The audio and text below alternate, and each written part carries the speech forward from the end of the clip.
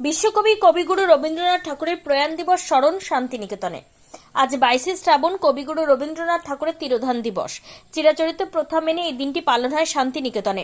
শুরুতেই ভোরে বৈতালিক, সকাল 7টায় মন্দিরে বিশেষ উপাসনা সহ নানান অনুষ্ঠানের মধ্য দিয়ে কবিগুরু রবীন্দ্রনাথ ঠাকুরের প্রয়াণ দিবস পালিত হচ্ছে শান্তিনিকেতনে।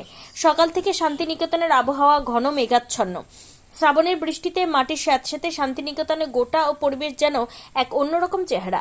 ঠিক এই দিনেই কবিগুরু রবীন্দ্রনাথ ঠাকুর বিদায় নিয়েছিলেন না ফেরার দেশে, কিন্তু তিনি চলে গেলেও আজও তিনি বাঙালির মনে প্রাণে আছেন, থাকবেন। কারণ তার অজস্র লেখা, কথায়, গানে আজীবন স্মরণ করবে বাঙালিরা।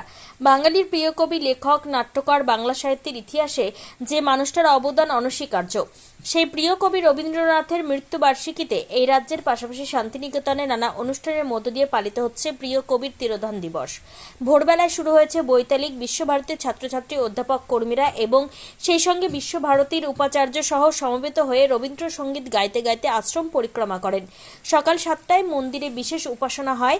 এরপর সমবেত পড়ুয়া, অধ্যাপক, কর্মী রবীন্দ্র ভবনের কবির বাসভবনে উদয়গৃহে কবির ব্যবহৃত চেয়ারে পুষ্প অর্পণ করে বিশেষ শ্রদ্ধা জানানো হয়।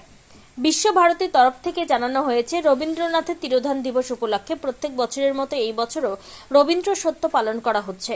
বিকেলে বৃক্ষরোপণ অনুষ্ঠান রয়েছে। সারা সপ্তাহ ধরে নানান অনুষ্ঠানের মধ্য দিয়ে রবীন্দ্রনাথের প্রয়াণ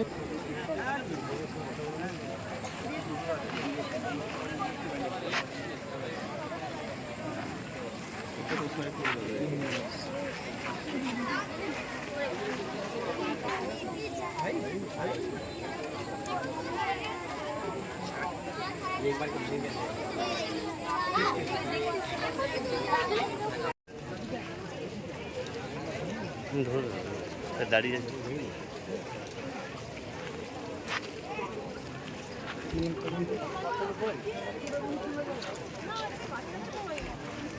এসো এসো